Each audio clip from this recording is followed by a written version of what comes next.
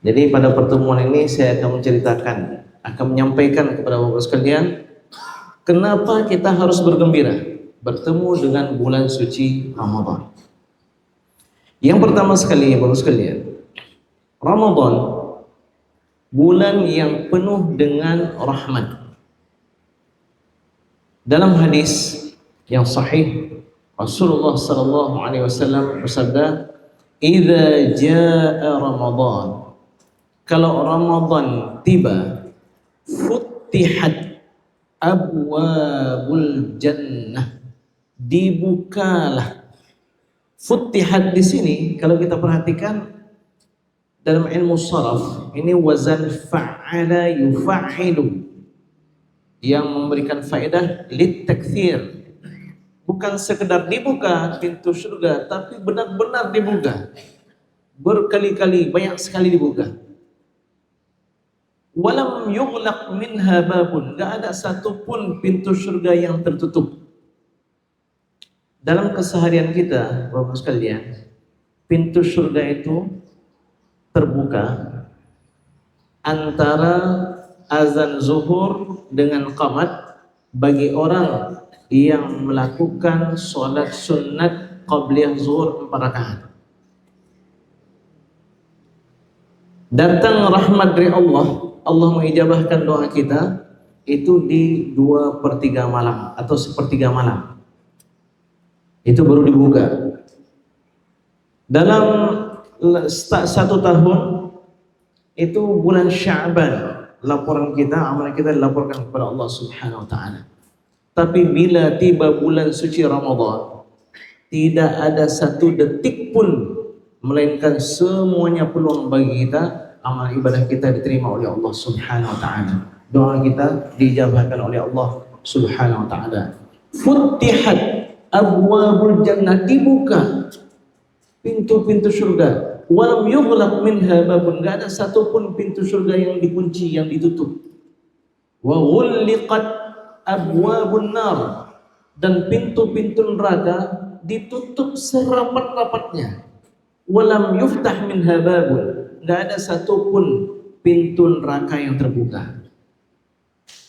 Wa suffidatisy syayatin, dan syaitan-syaitan pun dibelenggu. Ini yang pertama. Yang kedua, kenapa kita harus bergembira bertemu dengan Ramadan? Bapak sekalian, sekedar bertemu dengan Ramadan itu menjadikan dosa kita diampunkan oleh Allah Subhanahu wa taala. Ustaz, ya betul Ustaz. Iya, sekedar bertemu.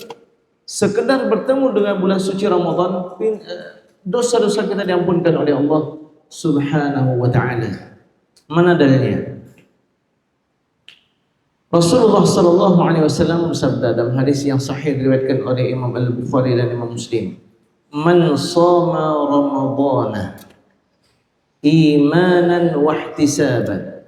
Siapa yang berpuasa di bulan suci Ramadan? Siapa di antara kita yang enggak ada rencana untuk berpuasa Ramadan? Nah, rencana ada yang hana puasa Ramadan? Nah, rencana yang kena hana puasa? Enggak ada. Siapa yang berpuasa bulan Ramadan imanan wahtisaban, sepertinya imanan wahtisaban ini sesuatu yang otomatis Bapak sekalian. Kita berpuasa karena panggilan iman. Ada yang berpuasa karena panggilan pendidikan, panggilan politik, panggilan ekonomi, enggak ada. Atau karena dokter suruh kita puasa, enggak. Kita bertemu dengan bulan suci Ramadan berpuasa karena imanan, karena Allah yang suruh kita berpuasa. Wahtisaban, hanya mengharapkan balasan dari Allah Subhanahu wa taala. Ada enggak selepas Ramadan kita pakai gelar SP sarjana puasa? Enggak ada.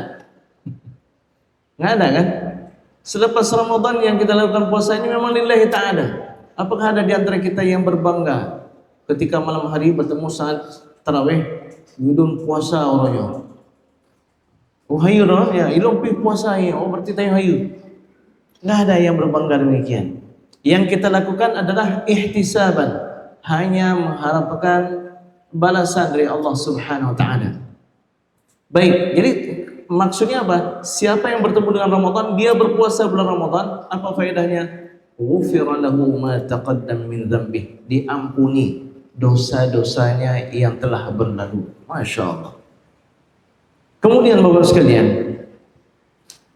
sekedar bertemu dengan Ramadan itu menjadikan derajat kita itu tinggi di sisi Allah Subhanahu wa taala.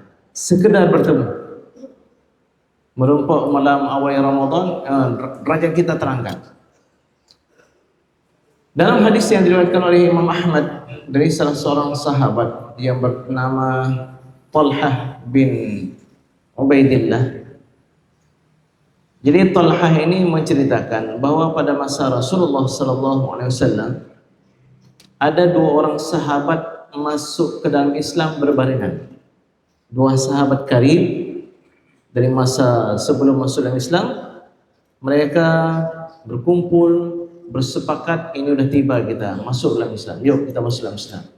Maka keduanya pun masuk dalam Islam di hadapan Rasulullah SAW. Sahabat si A, ini kan ada sahabat A dan ada sahabat si B. Sahabat yang A ini begitu masuk dalam Islam, luar biasa dia dalam melakukan ibadah. Mujahadahnya luar biasa, qiyamul lailnya luar biasa, puasa sunatnya luar biasa, bacaan Al-Qur'annya, zikirnya, sedekahnya luar biasa, lebih dari si B. Bahkan si A ikut jihad fi sabilillah sampai dia mati syahid. Adapun si B tidak syahid di medan pertempuran tersebut. Allah panjangkan usia si B hingga lebih lama daripada si A, dan meninggal si B pun bukan di medan jihad. Sekilas kalau kita lihat mana hebat si A dan si B? Terlebih hebat si A. Mujahadahnya dalam Islam luar biasa. Matinya pun mati syahid, si B nggak mati syahid. Setelah meninggal si B, Talhah pada suatu malam bermimpi. Mimpi orang soleh dekat kepada kebenaran. Dan salah satu hal yang mungkin jarang kita ketahui sekalian, Nabi SAW sering sekali selepas salat subuh, beliau akan bertanya, siapa yang tadi malam ada bermimpi? Tujuannya apa? Nanti Nabi akan memberikan takwil, dan itu sering. Abu Bakar bermimpi ditakwilkan oleh Nabi, Umar bermimpi ditakwilkan oleh Nabi, termasuk Talhah. Talhah selepas salat subuh menceritakan kepada Nabi, ya Rasulullah, semalam aku bermimpi kiamat seolah-olah sudah terjadi. Dan aku melihat diriku bersama dua orang sahabat itu, si A dan si B, kami sudah berada di depan pintu surga. Masya Allah. Mudah-mudahan Allah Subhanahu wa ta'ala menjadikan kita ahli surga. Amin. Ya Rabbal Alamin. Kami bertiga menunggu di depan pintu surga. Kapan kiranya kami ini akan dijemput, akan dipersilahkan. Dan memang benar tidak lama setelah itu, keluarlah seseorang yang sangat baik rupanya, sangat harum aromanya, sangat indah untuk kami pandang. Orang tersebut keluar dari dalam surga dan mengatakan, mana si fulan? Yang ditanya siapa? Si B. Lalu si B maju ke depan, mari ikut bersama aku. Si B dibawa masuk ke dalam surga. Masya Allah. Lalu kami berdua menunggu sekian waktu, dan tidak lama setelah itu orang tersebut kembali muncul. Mana si fulan? Yang ditanya adalah si A. Maju si A, mari ikut bersamaku. Dibawa masuk ke dalam surga. Talhah terus menunggu. Kok nggak datang-datang nih, kok nggak balik-balik. Dan setelah sekian waktu, muncul orang tersebut. Engkau wahai Talhah, belum tiba waktumu, pulanglah kamu ke dunia dulu. Terjaga Talhah. Oh ya, memang saya belum meninggal. Ya. Lalu Rasulullah SAW bertanya, apa yang membuat kamu heran wahai Talhah? Yang membuat heran saya ya Rasulullah SAW, kenapa yang duluan masuk ke dalam surga si B bukan si A? Padahal yang duluan meninggal si A. Yang lebih hebat mujahadah dalam ibadahnya si A. Kok bisa si B yang dalam surga? Rasulullah sallallahu alaihi wasallam tersenyum dan mengatakan, bukankah si B lebih dipanjangkan usianya oleh Allah Subhanahu wa taala?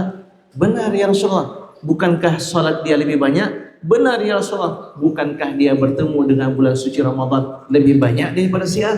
Benar ya Rasulullah. Karena itulah maka si B lebih tinggi derajatnya daripada si A. Masya Allah. Bapak sekalian yang dimuliakan oleh Allah Subhanahu wa taala. Jadi ini adalah karunia dari Allah Subhanahu wa taala. Bukan karena kita hebat, kita terlalu mulia dan seterusnya, bukan. Tapi murni karena Allah Subhanahu wa taala. Kalau kita bayangkan bagaimana baiknya Allah Subhanahu wa taala, sangat malu kita untuk mengatakan ini saya buat, ini karena saya, ini hebatnya saya dan seterusnya. Karena kasih sayang Allah Subhanahu wa taala murni Allah memberikan kepada kita.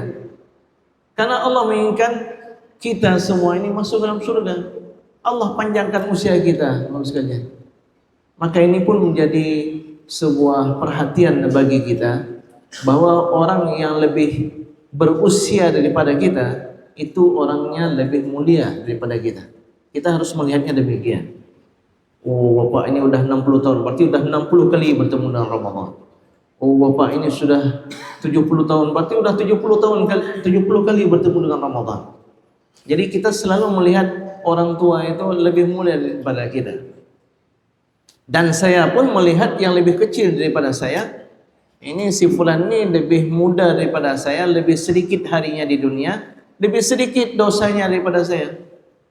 Jadi kita selalu melihat orang lebih hebat daripada kita. Nggak ada yang kita itu lebih hebat daripada orang lain. Oh hebat saya lah karena saya sudah S2, saya sudah S3. Oh malu sekalian. Makin banyak ilmu itu makin banyak amanah dan tanggung jawabnya. Makin banyak dipertanggungjawabkan oleh Allah Subhanahu wa taala. Kamu sudah tahu ini baik, kenapa kamu nggak buat? Kamu sudah tahu ini nggak boleh, ini haram atau ini mungkin makruh. Kenapa kamu buat?